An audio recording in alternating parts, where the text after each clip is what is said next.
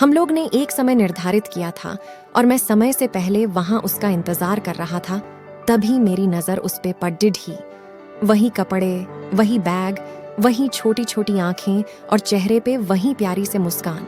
मानो ऐसा लग रहा था कि वही पहला दिन हो जब मैंने उसे पहली बार देखा था। वो धीरे धीरे आ रही थी। मैं तो बस उसे देखता ही जा रहा था। फिर वो पास आती है, फिर वो मेरे सामने बैठ जाती है। तभी बस मैंने उससे कहा कि मुझे कुछ कहना है उसे। फिर तभी उसने भी कह दिया कि मुझे भी कुछ कहना है तुम्हें। मैं खुश हो गया। मुझे लगा कि आज वो भी अपने दिल की बात बोल देगी। फिर मैंने उससे कहा दिया कि तुम पहले बोल दो। उसने तो पहले मना किया पहले बोलने से, लेकिन मैंने ही जिद कर दिया कि पहले तुम बोले। और वो बोलने जा रही थी। मानो मेरी सांस रुक गए थे। उसकी बातें सुनने के लिए सब कुछ थम सा गया। बस ऐसा लगा मैं और वो, और कुछ नहीं है आसपास। फिर उसने अपने बैग से एक कार्ड निकाला और दिया मुझे।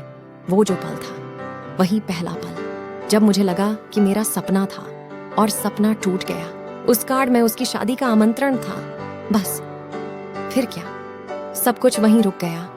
शायद मैंने बहुत देर कर दी उससे अपनी दिल की बात बताने में, शायद बहुत बहुत देर। फिर उसने मुझसे पूछा कि तुम क्या कहना चाहते थे। मैं क्या कहता, तब बात बदल दी और वो चली गई और मैं वहीं बैठे रह गया। मुझे उसे अपना बनाने का बस एक सपना ही था शायद, जो एक समय पे आकर टूट गया। वो आज का दिन और पहला दिन मानो क्यों आया था मेरी जिंदगी। मैं अब तक ये बात समझ नहीं आया। पहला दिन भी एक सपने की तरह आई और कुछ देर बाद टूट गई। और ये आज का पल जो फिर से एक सपना बनकर पल मैं टूट गया।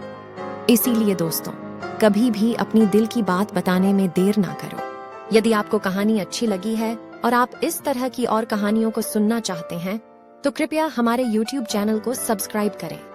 हमारे चैनल पर और भी रोचक कहानियां और मनोरंजन सामग्री मिलेगी जो आपको मनोरंजन करेगी और सोचने पर मजबूर करेगी।